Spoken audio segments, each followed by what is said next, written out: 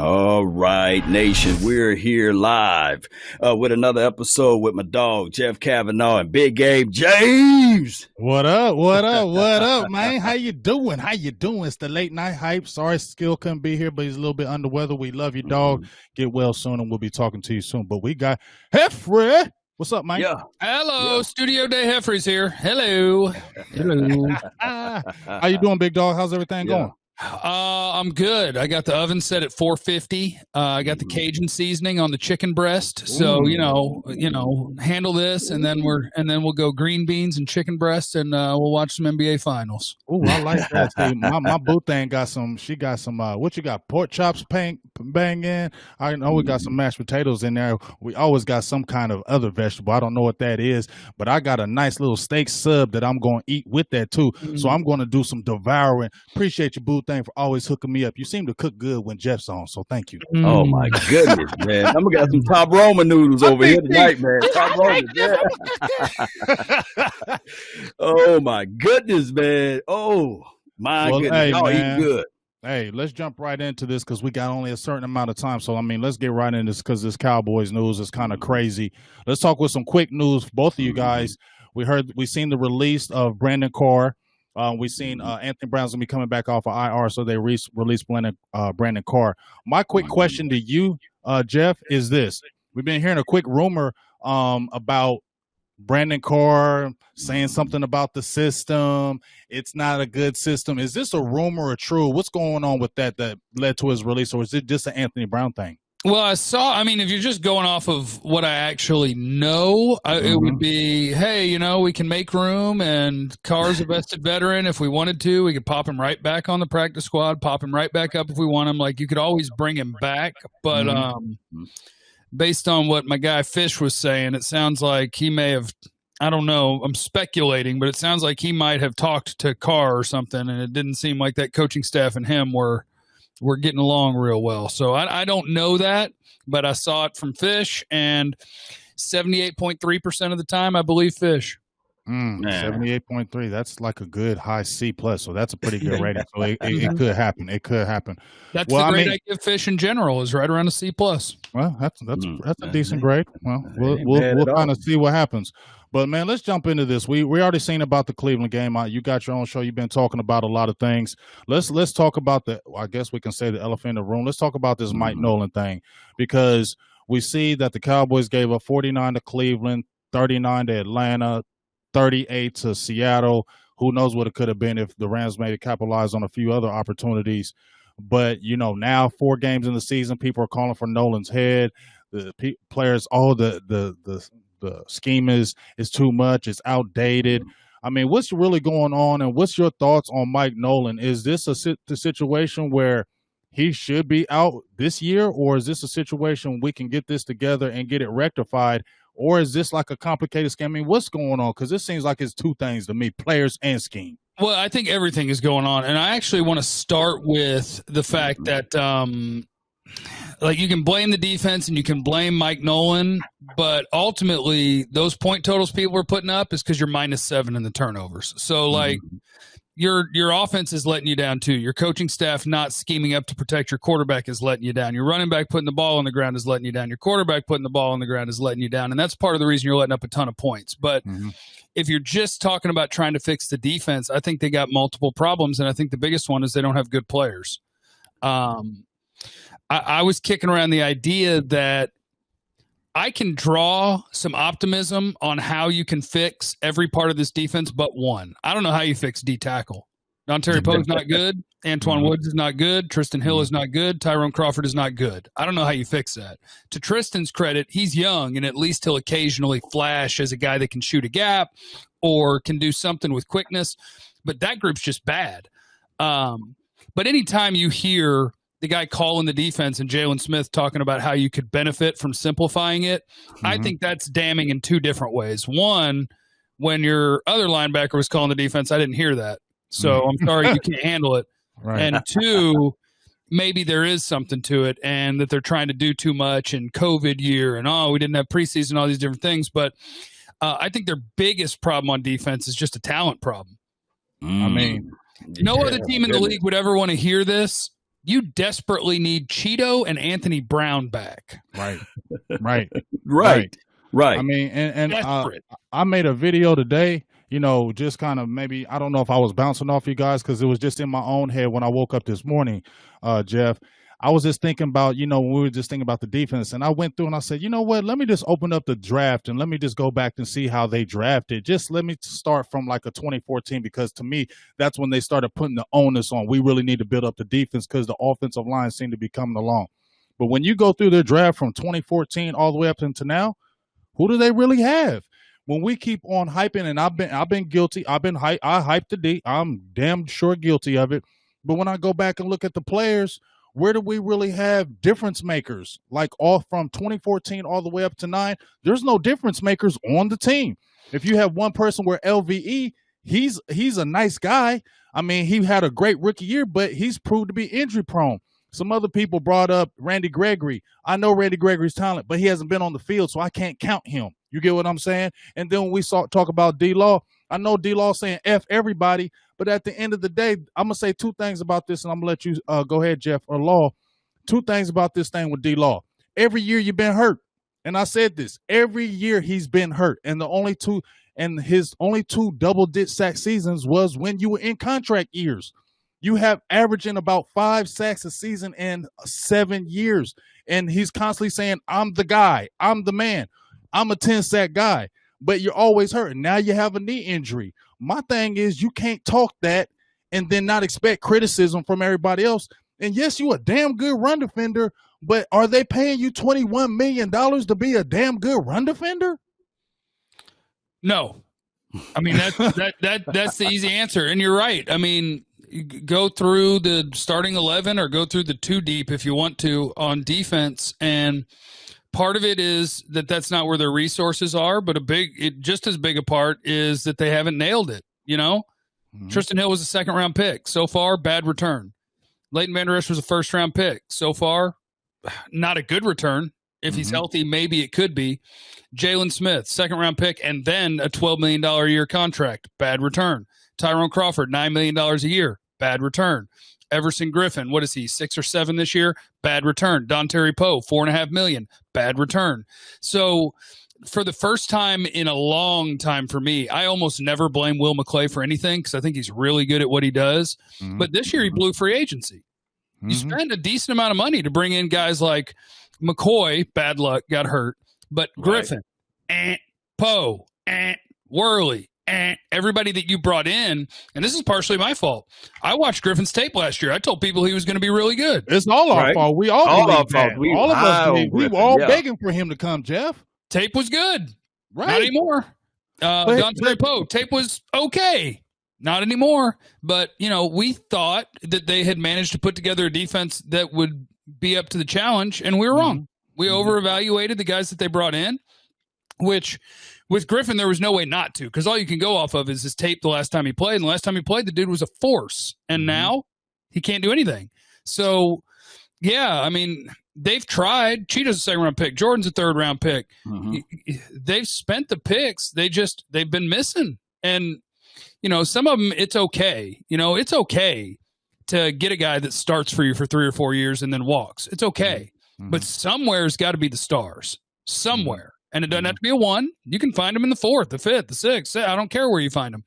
But on defense, they come up bust the last half decade. Right. So Jeff, how do we get better in that particular category? Or we just set up this thing to be a trade situation? Because when we look at this thing, it is what it is. Not everybody is lying on D-Law. At this point, it is what it is. He is what he is right now. A run stopper, not a sack generator. So how do we fix this? For me, you have to adjust the goal. To me, the goal for the Cowboys defense is to get to as close to average as you can. They're not going to be good. They're not. They can't. The players aren't good enough. So really what you got to bank on, because Jerry keeps telling us he's got to hold all this money in reserve for his quarterback, that you're not getting much from the outside. What you're going to bank on is Randy Gregory to help the pass rush, Cheeto and Anthony Brown coming back to help the secondary, Leighton Vander Esch coming back to help the linebackers, and the defensive tackles to magically play better. So you're banking on your guys that are hurt coming back and playing. But I think the biggest thing that can help your defense is, again, it's going back to the offense. Don't turn the ball over, and the defense, 2 turnovers through 4 games. That's not good enough. You can go ahead and not be great, but damn, give me 1 a week. Give me 1 sack fumble, 1 interception. Give me a little wiggle room on offense, but that's what you're going to have to do is you're going to have to be overpowering on offense and not turn the ball over. So, Dak, you got a lot on your plate. Be a monster, score well over 30 a week, and don't turn the ball over. That's how you fix the defense. Well, let's ask the hard question here. Was it worth paying $90 million to the running back, Dan? Is he the issue, or is he the problem, or is it the front 5, or is it Dak Prescott? Because I'm hearing so many people that say, well, it's the quarterback fault. Although he put up north of 450 yards, they still say it's the quarterback fault. And Ezekiel Elliott gets none of it? Talk to me. You got the wrong guy to ask questions about any running back. Yeah, because you know he's going to kill the running back. I ain't trying to bait you into this now. It was a mistake the moment they picked him, and it was a mistake the moment they paid him. And, man, they made it even worse because when he was holding out, Jerry's sitting there, he said, guys, what we're going to do is we're going to invite Jalen in because he sells jerseys and sunglasses, and what we're going to do is we're going to pay him. And Zeke's going to get so mad, he's going to come on in. So now you got 2 bad contracts. And, I don't hate running backs. I just hate that they can't affect the game on their own very often. I think Zeke's running it pretty well. The fumbles are bad, but I think he's running it pretty well. They're not run blocking well, so his numbers aren't good. That's what running back is. So why would I ever pay 15 times more than I could pay a mid-round pick in a salary cap league to a running back? You can't be 15 times better than the guy that I could replace you with. So I'm always anti-running back contract. I'm anti what having Zeke on the team did to Garrett, because that was one of his worst things, is Garrett would be in their weekly meetings, and he said, don't forget now, we got 82, we got 21 now. And Kellen Moore sitting there like, right, but I was going to go ahead and score 40. Is that cool? As long as you remember, we got 21 back there now. Get it to 21. I'd rather have a no-name running back so that you're not worried about how often he touches the ball. If the game situation calls for it, if the down and distance, if the box count calls for it, hand the ball off. But it's a passing league, and I don't need to pay $15 million to the dude getting the ball. Yeah, and that's frustrating, man, because the thing is, it's like Zeke feels like he's bulletproof. I mean, you have 3 drop passes already in 4 games. You lost 3 fumbles. You had 3 fumbles, lost 2, 3.9 yards carry. We understand that the line is in flux. But at the end of the day, like you said, you're getting paid that money. You should be held to a higher standard. These guys that always be chirping in the media and on social media, y'all be chirping, but y'all aren't handling the business. And then as soon as people say something about y'all want to whine and cry to the world and say, oh, man, shut up. Well, I mean, y'all crying for the contracts, though. Y'all saying we the best in the league, but you're not showing it week in and week out, and it's frustrating. But I want to ask you a quick question about Everson Griffin specifically. When you had the back and forth with him, and he was like, you know what, give us some time. I stand up, and then he went to the ground. Well, you went to the ground, and you didn't look any better. So I'm thinking, did you decline that bad because is it COVID that you declined that bad? Or is it the system? Or what's going on? Because you look good last year. And why do players with Dallas on defense look a certain way, and then they leave? You look good. What's up with this? Well, with Griffin, it's not the system, because he's tried 2-point, he's tried 3-point, and he's getting pushed around, and he's not able to win as a pass rusher. 0% pass rush win rate. 0. Only guy in the league. I think with Griffin, what happened was you did have COVID. You had uncertainty. And by the way, I think this happened to Lyle Collins too. So you're skeptical about when the season's going to start. You don't know what's actually going to happen. And so you don't necessarily prepare in the best way you can for a season. You're a late signing. And so now it's like, okay, time to get in shape. And for Everson Griffin, you're now an old defensive end in the NFL. You're an old defensive end. I know. I'm an old man now. Trying to get my body right. It takes 3 weeks to get out of shape and a year and a half to get in shape. It's not fair and it's not right. But I think that's what happened to Griffin, is just you got older and you weren't prepared and you got signed by a team, and it's like, all right, time to go. No preseason, let's go. And he just doesn't have it. So can he play his way into it? I don't know. But right now, he's bringing nothing to the team, and I think the team's got to be tempted to look at the salary cap and go, hey, guys, we could save $3 million if we just send him home. Just give us Dorrance and Bradley and I, and does that hurt us? Right now, it doesn't. Not the way he's playing. Right. And Randy Gregory's right on the heels in a few weeks. So he's going to be right back too. But just by you saying that, Tyrone Crawford, why did they keep him? Why did they keep this dude for what is going on with him? I mean, why did they who in there who in that organization said, what did Tyrone Crawford do to let him stay? I think Jalen and Tyrone have one thing going for them, which is that, no, they have different things going for them. For Tyrone, the people in that locker room love him. Leader, all the intangible stuff that you hear about different players. Tyrone Crawford has that. But that dude hadn't stayed healthy. He hadn't been able to remember. He was on PUP. Yes. To start camp. Yeah. Right. He wasn't ready to play to start camp. Last couple years. If you could find anybody to take his snaps, again, why wouldn't you save $9 million? Right. Why don't you just be done with it? You didn't pay Byron Jones that money. That was like a $7 million difference, but you kept a Tyrone. I know. I did that on purpose. Don't hurt my heart. I did that on purpose. You threw it out there. He was a top 10 corner in the league. It's the point, though. Entering his prime, walk, but you gave money to a running back and a linebacker who's not good. Okay. So isn't that fundamentally from the top, though, Jeff? Yep. And I think with Jalen especially, I'm going to preface this with the people who really hate Jerry, that are like, oh, Jerry doesn't care about winning. I think they're dead balls wrong. Jerry wants to win, and he wants to win bad. But Jerry does care about the marketing at the same time. So with Jalen, I don't think you can have two, though, Jeff. I don't think you can have two, the marketing and winning, though. But go with it. He wants to win really badly, but not quite as much as the people who are willing to do anything. Because Jerry, I think 100%, the Jalen extension and the pick were, holy crap, look at this story. It's a great story. He's a great guy. People are going to love him. They'll buy the jerseys. And then with the contract extension, you can't, I'm not mad at Jalen. I don't get mad at the players. It's the organization's fault. Right. You offer me a contract, Cowboys, I'm going to sign it. It's going to be stupid on your part, but I'll sign it.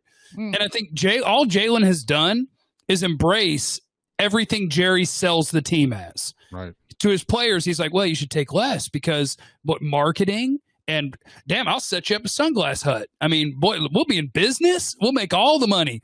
And so Jalen said, okay, all he's doing is embracing exactly what Jerry sells to people. So it's not his fault. But, yeah, that's part of the thing that's wrong with the organization. Zeke sells. Jalen sells. Byron didn't sell. So who am I keeping? The guys who sell. Man, you're right on it. That almost makes you just be silent on that one. You just sit there and think, we all know it. But when you just continually hear it, it's just a frustrating thing because deep down inside, these things that are going on in your heart and you don't want to believe them. You don't want to believe it, Jeff, but it's the same thing year in, year out. And I feel like it's fundamentally broken from the top. And I've been said it about Jerry. I said we weren't going to win another Super Bowl with them, but then I'll try to back off of it because we got McCarthy. But I tried to back off. I said, but dog, it's the same thing. And my guy Law said it, and I believe him. I don't feel like Jerry and Steven are football guys. You get what I'm saying? They're not. Because if y'all are, y'all continually missing. Now, I know they got Will McClain there, but who's the general manager? So he got his hands in there. They are meddling. And anytime they're trying to get some guy that costs a little bit of money, Stephen Jones, Nope. Salary cap. Nope. We ain't doing that. He won $6 million. I give him $4 million. No more. We'll go with Darian Thompson and we'll win. No. And you heard the statement that they made when they picked up Brandon Carr. And now you see the statement now that they're saying when he's gone. So I believe they circumvented everything. And then when they picked up Brandon Carr, it was used to shove the Earl Thomas conversation out the window. Let me know if I'm right. Yeah, I can see that. where it's like if we bring in a guy that plays in the secondary that could maybe play safety, people will stop asking about the safety. The Earl thing is real weird, though. I can't say out loud why I think teams aren't signing him, but I have a very good idea. But without proof, it's just reckless to put out on the air. So I don't think Earl's going to be here, and I don't know if he's going to be anywhere unless he takes certain steps to fix things. But yeah, I can see that because Jerry, he loves manipulating the media. For weeks, he intentionally kind of encouraged the Earl thing where he wouldn't say no and he wouldn't say yes, but we're paying attention now. We know who's out there. He knows what he's doing. Your company doesn't get to be worth $5 billion or $6 billion or $2 trillion or whatever the Cowboys are worth. They're not, compared to the great NFL franchises, they're a bad franchise, but they're worth the most because Jerry knows what he's doing. He knows how to manipulate all of us. And in football, they haven't done a bad job building a team. Now, this year, they screwed up with all their free agent. They missed on every free agent edition, but they've been competitive. They stay relevant. But, yeah, it's frustrating to never – every team gets to play in an NFC title game at some point in a decade except the Cowboys. It's just frustrating. What's the real story on Ron Leary? Why is he not on this team? And what's the real story as well with Snack Harris? What's the real story? Why do you not on this team? My understanding of the Leary story, based on talking to a couple of people, is that he was surprised by their offer. It's the Stephen Jones thing again, where it's like, well, I mean, you're not playing now, so if you want to play, like, here's $4. Do you want to play? And that's just my understanding based on talking to people. Could be wrong. But my understanding is that there was a level of interest, and then it was like, wait, you're offering me what? I thought, do you want me to help your team, but I'm worth like the league minimum? What are we doing here? So that's my understanding on Leary. Snacks, I don't know, because he desperately wants to play for you. Like, he's actively out there looking for a job and visiting other teams and still saying, I want to be a Cowboy. Right. And your defensive tackles are awful. Trash. Right. You need, I don't know if he can play. No idea what shape he's in. Nothing. And I don't care because I know what you have doesn't work. What do you have to lose? Throw him $2 million, not guaranteed. Show up, play a week. And if you're not good, go home. I don't know. I don't know with Snacks. I don't know why they wouldn't be interested. Your nose tackles, Antoine Woods and Dontari Poe, are not good enough. Neither one of them is an NFL level player right now. And there's a dude on the market that in his career has been very good. I don't know how good he'd be today, but damn it, how are you not curious? Right. And because the thing is, go ahead, Big Game James. Go ahead. I'm just saying, just with the tape of what he used to do to the Cowboys should already make you sign him up. That should make you right there. What he used to do to Dallas should make you sign up. Don't you remember how he used to wreck our offensive lines, even with Travis Frederick and them guys in the middle? He was still bullying them boys. You feel me? So that just doesn't make sense to me, like you said, Jeff. And you get a Poe, and that was the thing for the Cowboys fans to shut the hell up. Because since they didn't go after Harrison, that's all that was, to shut us up. Oh, we got Dontari Poe, but you know what? I tried to act like I didn't want to look at it. But him and Gerald McCoy, they were ranked 27th in the run last year. Their defense averaged let up 142 yards a game, 5.2 yards a carry. You get what I'm saying? And we brought them over here, and we already had regular talent. So you're just bringing average over. So how is it getting better? At the end of the day, our whole defense is just a bunch of average players who are overhyped. And when we play a really talented team that has really good talent, we're going to get our ass kicked. Yeah. Flat out true. Hey, Jeff, and here's the reality of it, too. I'm not calling Antoine Woods 1,000% trash. I'm not calling him that. But I would love to see him at 15 snaps. I would love to see him at 10 snaps, right? Yeah, I would love to see Poe come in, just roly-poly coming in at 10 snaps probably a game. But you bring somebody else in because they getting thrown out of the club. Every time I look on the film, I see bodies on the ground. I said, what is this, a game of roly-poly on the ground? You know? I think that is the frustrating part is I don't want to belittle any NFL player in their position, right? True. But it's easier to find some positions than others. And one of the easiest things to find is a giant dude who doesn't get moved. Like rushing the passer is a rare trait, so you have to pay a ton for it. Mm-hmm. I can find you a run-stopping defensive tackle in any draft in the 4th or 5th round, any one of them. Mm-hmm. I could pull up the boards from the last 5 years, and every one of them that's ranked in the 4th round that you acknowledge, hey, he's a run stopper, he's just going to be a nose, he's going to be a big boy, they're there. It doesn't take much. You can invest in that, and you can hit on that at a high rate. To be bad at that spot, to me, that's embarrassing because it's not a hard job to fill, and they can't do it. Man.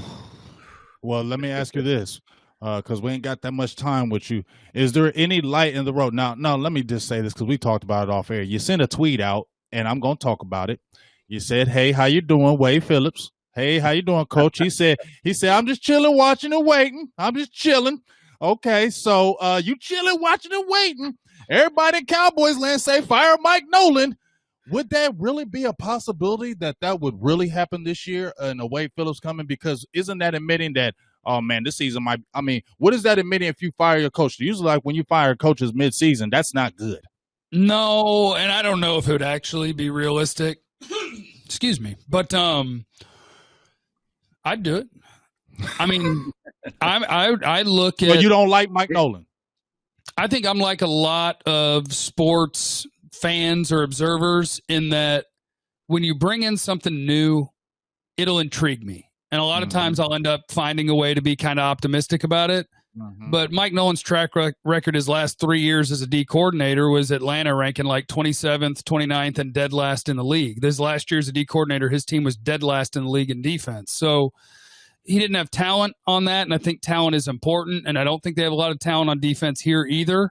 But there's just not a lot of good happening. And Wade Phillips is sitting on a couch somewhere, and I know for a fact that Wade Phillips is one of the better D coordinators in football. I don't know if you could pop a guy in week 5 and be like, hey, install it, go, and make it work.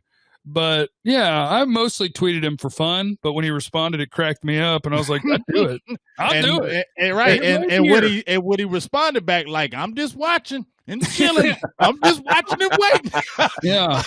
I'm like, you got a vested interest in a certain team, buddy. Yeah, let's go. Well, can you give us some Jerry Wayne Jones dialogue to Wade Phillips? Because I know you got the Wade Phillips voice down. I think I can do both. Hold on, let me see here. Wade, I know last time that we met and talked, and we did and didn't, but we talked, and it was you and it was me, and that was a time, wasn't it, Wade? You were a head coach, and I'd hired that redheaded idiot, and I gave him the job, and he stabbed you in the back, and that was tough, and it was tough, and I'm sorry, but I thought he was good. I was wrong. He got rid of him, killed him.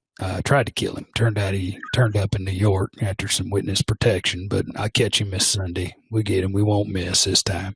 And I was just wondering if you wanted to come run this defense. Mike Nolan sucks. Gee, Jerry. Gotta get the Wade right. Hold on. Jerry, I think whatever you want to do sound good to me, I thought I had a Wade, and now I feel like I'm losing it. Oh, Jerry, it's all good with me. Whatever you want to do sounds good. He's just got this real, like, sweet. You got that little big guy with the, hey, how you doing, guys? Hey, Jerry. Hey, Jerry, I'm running defense. If you think it's a good idea, run the defense. I run that defense for you. Get some hot dogs and some snacks for us. It'll be good. Yeah. Oh my gosh, man. Hold on, I see a comment on the bottom. If we don't have the personnel for a 3-4, how would a 3-4 coach fix this? Great question. Wade Phillips, when he went to the Rams, kind of ran a 3-4, but he adjusted it because he had Aaron Donald, and they ran a one-gap scheme. So in theory, a 3-4 is your 3 defensive linemen have to play this wrestling game and play 2 gaps. But Wade adjusted it on the fly because he had Aaron Donald, and he made it a one-gap scheme. So you can call it 3-4-4-3, but the principles he was using were 4-3, and he can do it. That's what I say to that. He's a whiz, man. He's been around football for a long time, He's a beast. Yeah. Well, like I said, we got the Giants getting ready to come up. Got a couple last questions for you, Jeff. We got the Giants coming up. It's very interesting. Jason Garrett, all the little storylines. I don't care about them stupid storylines. I just want to win. But I'm not even going to be excited. I'm going to just keep it real. I ain't going to be excited because it ain't like a real victory. You get what I'm saying? It's a victory because you got it in the column, but it ain't real in my heart. Like, I ain't like, ooh, we beat the Giants. Let's go. We back. Right. Nobody's feeling that. But what's your kind of thoughts on the Cowboys? What kind of team do you think they show up? Do you think they're going to show up a desperate team? Or do you think, what do you think the pulse of the team and how they're going to act with this Giants game? I think because the Cowboys, what are the Cowboys allowing on average? Like 38 points a game? 36.5. And the Giants average like 9 points a game. So you split this is a game they'll score 28, though. Right. So you split the difference from 38 to 9. They'll score 20-something. I'm kind of with you in that this is a no-win game for the Cowboys because if they win and they beat the Giants, nobody's going to care. Nobody cares. But I want people to realize they could lose. Yes. This team can lose to anybody. Yes. Right now they turn the ball over like 3 times per game. Do that against the Giants and don't get a takeaway. I bet you lose. So, you get to play a bad team, but this has to be an opportunity to clean it up and get things going the way they're supposed to go, which is no Giants. You don't get 2 free possessions starting at my 40-yard line. And my offense is not going to average. Cowboys average starting at their own 23, worst in the league. Right. My offense is not going to come running out of the end zone and fall down on the ball in the 1 or get out to the 12. Play a clean game of football. Don't turn the ball over. Help your right tackle when you feel like you need to. Hang something in the 30s on them and play okay defense. And then I'll feel like, you know what? They're building towards what they can be. And that's what they got to do. Asked a lot. They need a convincing win that shows that you're building toward what they can be, or they need to lose so that I'll know it's tank time. I got no problem tanking. I love tanking. Show me it's hopeless. I'm ready. Yeah, you already got that draft. You already got them draft papers up. Like, I'm ready. Let's do it. Micah Parsons, linebacker, Penn State. Let's go. What's Mike Fisher word? Organically tanking. Organic tanking. Organic tanking. Yeah. Man, let me tell you, I broke this story 12 weeks ago. Exclusive. Hey, but Mike, they just lost to the Giants. Yes, but 12 weeks ago here on the G-Bag Nation, I told you that if the Cowboys didn't build a good team, they wouldn't win games, which is the same thing as saying they'd lose to the Giants. I told you 12 weeks ago. Exclusive. Bruh, you need to do some comedy on the side, bro. Yeah. Hey, yeah. I got one last question. And then Law, you can get your question out. I got one last question for you before you head out, Jeff. Do you think this team makes the playoffs? Yes. I think 6 games wins this division. I was gonna say 7-9 like them Saints, or was it Saints or Seahawks? Was it the Saints thing? It was the Seahawks. 7-9. And then they won a game. I think the real question is, do you want this team to make the playoffs? I don't want to see the annihilation if we get there. Would you rather go 6-10 and win the division to go to the playoffs, or would you rather your 6-10 get you the number 7 pick? Because you go to the playoffs, now you're picking like 26th. Right. It's crazy. And if you tank all the way, do you go get a quarterback or do you go get a defensive player? That's the other part of the problem, right? The puzzle. It depends how good the tank job is. Because I will fight to the death for Dak. Dak is a baller. Right. He's a very good quarterback. He deserves whatever market value is for quarterbacks. The fact you didn't do it 2 years ago makes you an idiot, Jerry. But I knew the butt was coming. I already know what you're about to say, too. If you're talking about number 1 overall pick talent on a rookie deal for 5 years, I'm picking Trevor Lawrence, and I am tagging and trading Dak in a heartbeat because you tag and trade. Okay. Yes, if you can get elite quarterback talent on the cheap for 5 years, the only reason that I wouldn't ever want to move away from Dak is because I don't think you're ever going to have the number 1 pick or the number 2 or number 3. And I don't want to be the guy who's like, all right, it's 19th pick in the first. We're going to take the 4th quarterback in the draft, and maybe he'll be good one day. But if you give me elite talent on the cheap, woohoo, that's my game. And Atlanta Falcons already looking at it like, nah, we ahead of you guys right now, right? Dude, you need to watch out for the New York Jets. Sam Darnold's going to be stunned when they're like, "Hey, we're going to trade you for a 2." Trevor Lawrence is our guy. Trevor Lawrence is the man. They already see him in Gang Green. So Cowboy Nation, do not send no hate mail towards Jeff Cavanaugh. He was just speaking, and he's just speaking what our hearts are saying. I can take it. You can see Everson found me. Got a hole in there. Let me not spread that. I'm kidding. In a flag football game. I also seen that hater over there sending that one tweet to another player, and you're like, really? We're telling on people now? We're being a tattletale? You're being a tattletale now? Get out of here. And then you know what he tweets? Well, I say stuff on his timeline too. Man, shut the hell up, dude. Ain't nobody listening to you. You got 8 followers. Yeah, I don't know what his second tweet said because that's auto block. We don't do Twitter snitching. I'm not here to try to start fights with players. I'm just talking about how they play. Mm-hmm. Hey, well, don't let Antoine find you because we really been killing. We really been killing him now. He really ain't gonna like what people saying about him now. Just saying. Antoine said, "Hey, we'll see about that." I just made a video saying that he'll be good. I even gave him 20 to 22 snaps. I said that would be his alleyway. Hell no. He from the jungle. Ain't nobody trying to pull up. He from California jungle, dog. He ain't pulling up. Now, if he do pull up, I ain't gonna fold. But I'm gonna say, hey, I got the first few legs, man. Hey, I'm gonna win the fight, Jeff. I'm gonna win the fight until you hear this. That means he's happy. I'm gonna give it. Oh man, y'all see Long Guy's body slam dog at the star. You guys, if it was me, the story would be: did you guys hear the Cowboy player pulled up at Jeff's house and he called the law? It was peeking out the window like, there he is. He's right there, officer. There you go.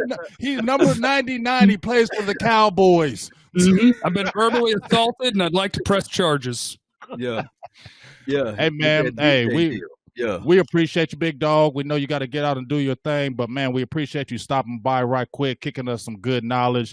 Hopefully, man, things get better. You know what I'm saying? That's the only thing I can pray that these guys. But I feel like more than anything, Jeff, it's just got to be heart, man.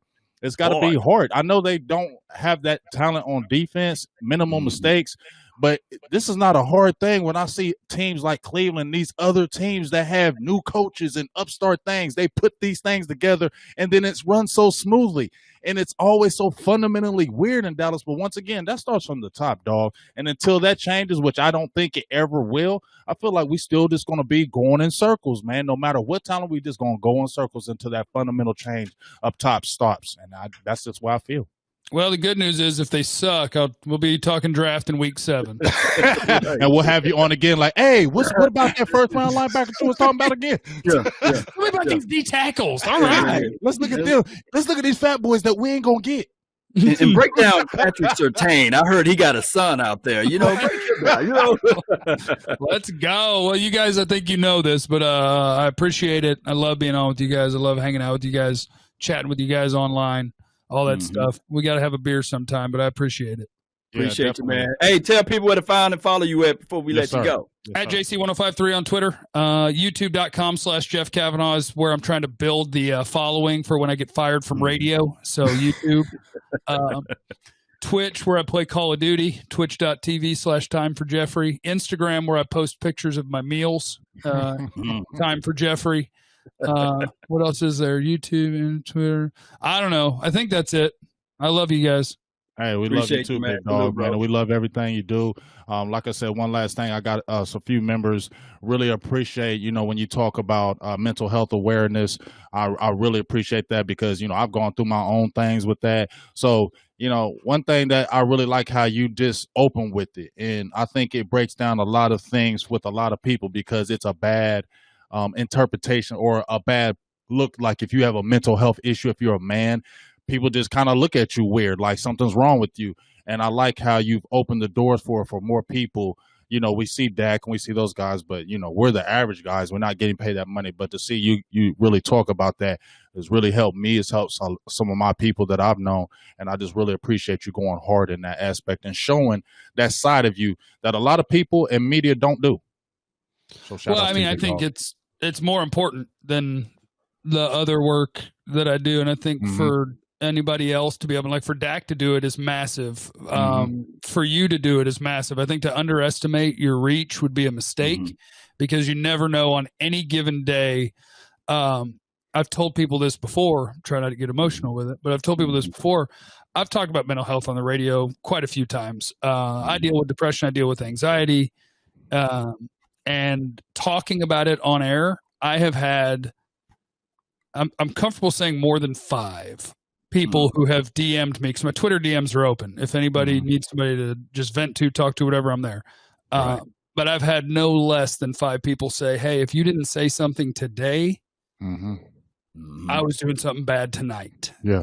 Wow. So like people need to not feel alone. And from Dak and Big Game James, it's important for everybody. Men are less likely to admit it and get help than women, but black men are less likely to acknowledge it and be open about it and get help than white men are. So like, I think it's really important for everybody who has any sort of struggle to be totally open about it, because on top of that, it's empowering. It's so empowering. It's brave. It's empowering. There's a level of freedom that comes with it where I'm not hiding anything. This is me. This is me. This is what I got. And if you're comfortable with it and if you're vulnerable with it, it's powerful. Yeah, it is. Hey, man, we love you, dog. Like, we love you from the bottom of our hearts, man. So you just keep on doing your damn thing. Keep on being the man you are. And, be safe out there every single day out there, bro. We love you. All right. Love you guys. I'll catch you later. All right. Take it easy. Take it easy.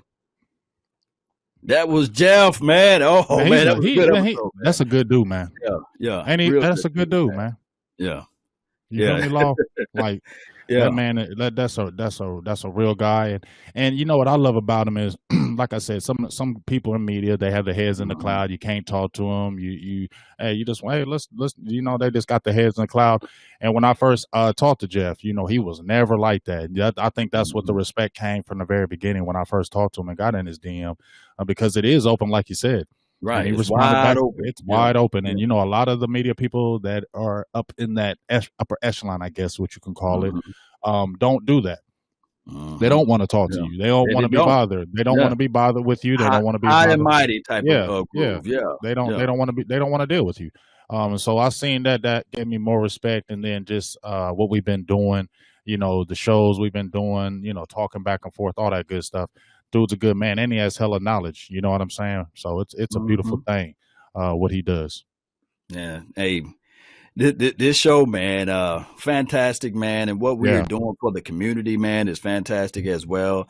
I get messages like that all the time. People said, man, Law, when you told your story that you was living out of your car, you see what I'm saying? And you didn't let that define you, man, that helped me start up my business. You see what I'm saying? Now look how God elevated me, so that not just me, but my entire family. Now I got a 4-bedroom. I get lost in my own house. You see what I'm saying? But it's all about the interpretation of what you see and how you shake off the warts and continue to grind. Be focused. They say, Law, why you up late at night? Why you up at this time of the night? Why are you doing this grind? Because this is what gives me energy, right? This is what gives me the passion. This is what gives me the love and adulation to talk about a team that we have similar passions about, similar views, similar loves about. I'm from Mississippi, a small town, Natchez, Mississippi, right? Right. Whereas everybody know you by your first and last name. There's no professional team there.